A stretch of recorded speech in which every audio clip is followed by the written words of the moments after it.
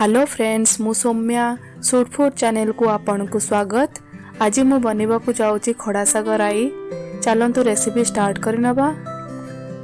यदि मो चैनल को सब्सक्राइब करनिहांती सब्सक्राइब करनिहांतु, पाखरे थिबा बेल आइकन को प्रेस करनिहांतु, जहा द्वारा नुआ नुआ वीडियो रो नोटिफिकेशन पाई परिबे।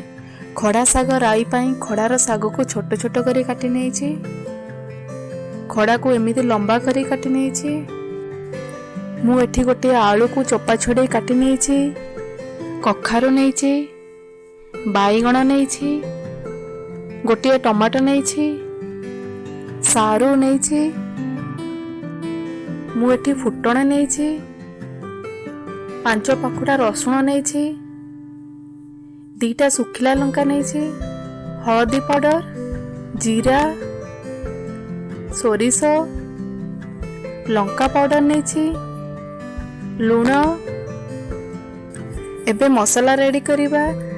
सेथि पई गोटे ब्लेंडिंग जार रे 2 चम्मच सोरिष ऐड करिबा, गोटे चम्मच जीरा ऐड करिबा, रसुण ऐड करिबा,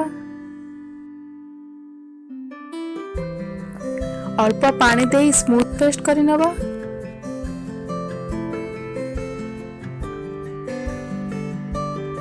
मु एठी गोटे कढ़े की गरम कर नहीं देछि।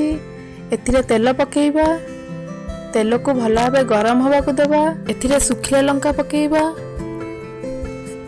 आधा चम्मच पंच फुटण पकेइबा।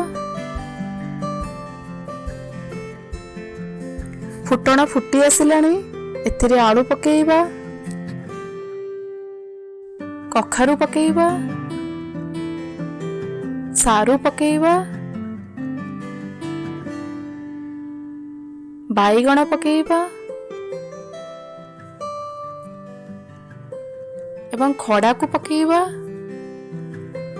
आको भला भाबे मिक्स करिनबा। आको कवर करके कुक करिबा 1 मिनिट पर्यंत।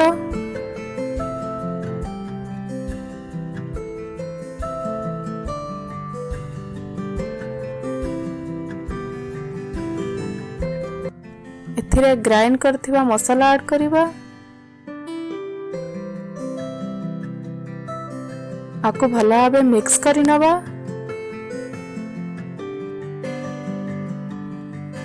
एथिरे 1 कप पानी ऐड करिबा।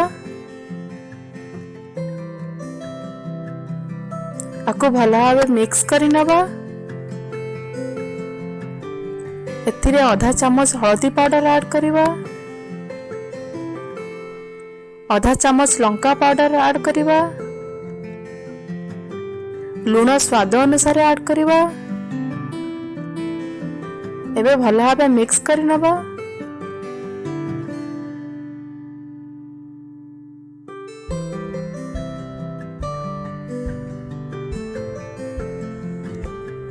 आको कवर करके कुक करिबा 2 मिनिट पर्यंत।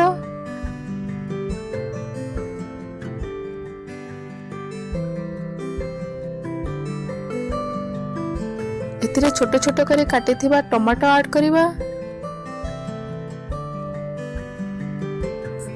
आको भला भाबे मिक्स करिनबा।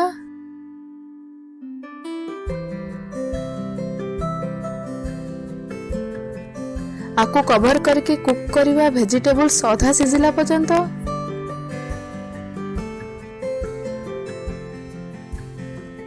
वेजिटेबल्स आधा सिझी गलानी। एथिरे छोट छोट करी काटी थिबा साग ऐड करिबा। आको भला भाबे मिक्स करिनबा।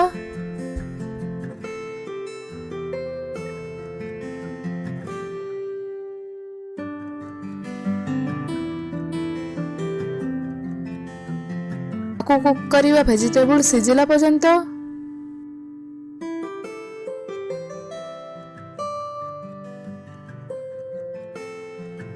एबे हमर खड़ा साग राई रेडी हो जाइछि।